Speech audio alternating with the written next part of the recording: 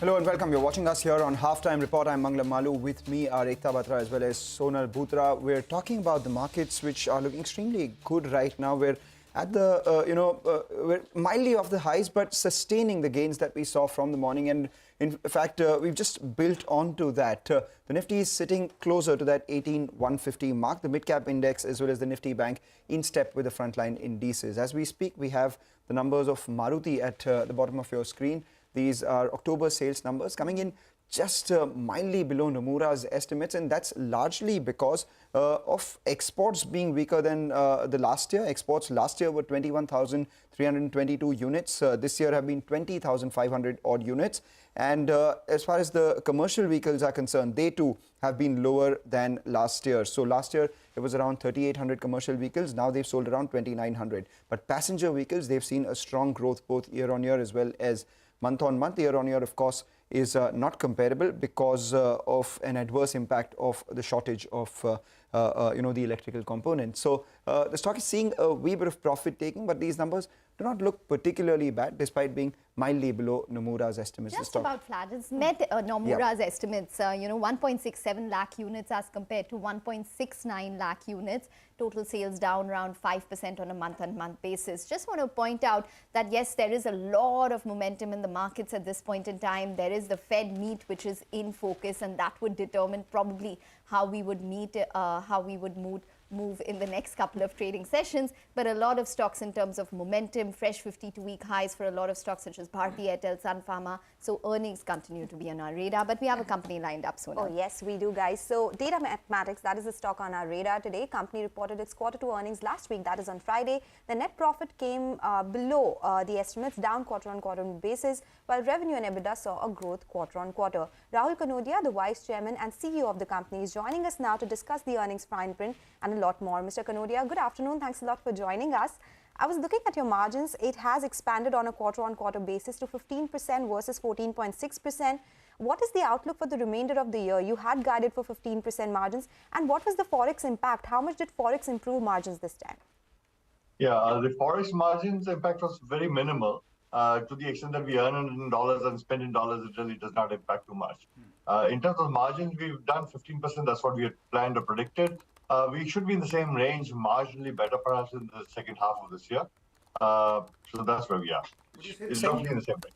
Right. Would you say the same of your revenues as well? Because the first half you've done about 14%. You had a target of 15%.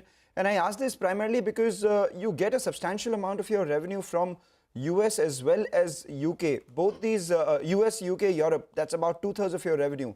All these geographies are facing growth constraints. So, I mean, in light of that, will you continue to have the 15% growth aspiration this year? Yes, I think so. The reason is that we do have a little bit of cyclicality in our business. Q3, which is Q3, Q4, which is really for us Jan, Feb, March, tends to be a little higher than the other quarters. That's point number one. Point number two is in this quarter, we've signed new deals worth about $29 million, which is about 50% higher than the previous quarter. So the number of deals signed and the value of deals signed is much, much healthier. And the pipeline looks very healthy. So I'm confident that we will certainly achieve those numbers. Okay. Digital operations is around 42% of your sales, Mr. Kanodia, and revenue was down close to around 3% on a Q-on-Q basis. And your EBIT margins came off as well to around 22.7% versus a little over 23% last quarter. What were the headwinds that you might have faced there? No, some of it has got to do with the cyclicality in the business that I just referred to. So in Q3, Q4, that should improve.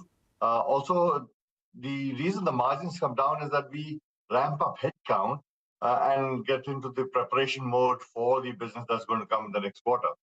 So you take a little bit of a hit on margin because you've sort of built up the headcount, and then that revenue comes in Q3 and Q4. What are we expecting in terms of margins within this particular segment, considering that you are ramping up your headcount? Would there be any incremental pressure in, say, the next quarter, next 2 quarters? No, I don't expect any pressure. In fact, the margin should improve a little bit. It was at 22.7%. It should go up to 23, 23.5%, certainly. And the digital experiences also remains healthy. So I don't expect any downward pressure. So that is about digital operations, digital technologies. That is a pain point in terms of negative margins for you. Yes, that loss has come down, but still there was a loss this time around, and it is 43% of your revenues as well. Can you tell us what is the outlook here? And once it does come into the black, will it continue to show that performance? Yes, absolutely. So we should be in the black within this financial year. So I'm not nervous about it. Of course, it's not very healthy, but we are taking all the efforts to improve it. The major reason has been really the salary increase that we've seen across the industry, which has impacted it the most. However, we've been able to cut costs and improve it. So I think we should be in a good shape. Next year, we'll certainly improve further because as I said, we signed some very good deals, and those will start resulting in a positive effect. So what margins would this particular segment report? What margins would it be next year that you're saying further improvement?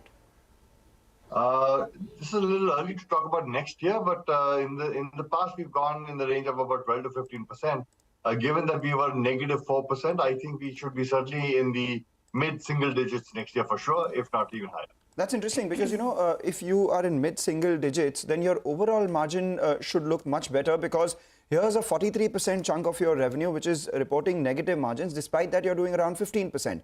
If this turns into mid-single digits, are we looking at margins upwards of what, 18, 20% or thereabouts in the next financial year?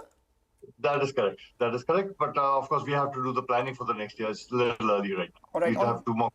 And on that itself, you said that you had to make a lot of hirings, increase salaries, etc. Attrition at 20% is still at higher levels for your company. I mean, the previous quarter was 36%, has come down a little bit.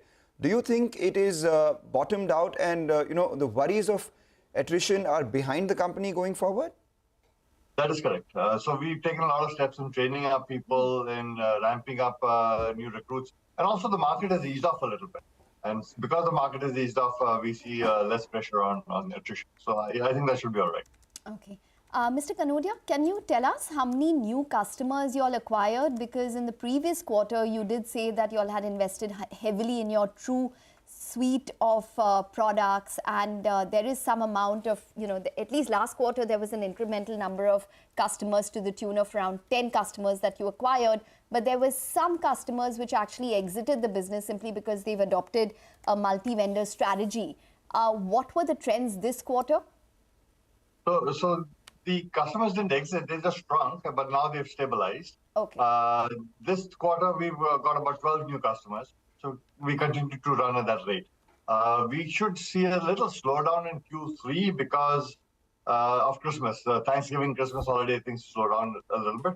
But in Q4, which is Jan, Feb, March, that should improve once again. So you'd probably see this average run rate of around 10 to 12 customers added per quarter, except for the aberration that you spoke about next quarter. Sorry, my mistake. It was 23 new customers. Oh, 23 new customers. Yeah. Okay. And then we see that rate continuing in that range. Okay, all right. You have 370 crore rupees cash in your books. You had indicated that there will be an acquisition in FY23. You're close to closing that. What is the update here? We are in dialogue with some companies. That dialogue is still on. It's looking positive, but of course, till it's not closed, it's not closed. So it is looking positive, and I do hope that we can close the transaction. Yeah. Could you give us a sense of what areas are you looking at? What kind of conversations are you having? I mean, the sizes of those companies, etc. Just wanted to. I think it'd be premature to talk about the size, but we're looking at digital content is one space, and digital technologies is the other space, more around the area of cloud and Salesforce and things like that. All right. These are the new page. And we'll hear about it in this fiscal itself, perhaps this quarter or maybe the next. We should. Okay, take that point. Thanks a lot for joining in, giving us the outlook on the business, maintaining that 15% revenue and margin guidance for this year. But next year should be better because a large part of their business, the digital tech business. And added 23 customers.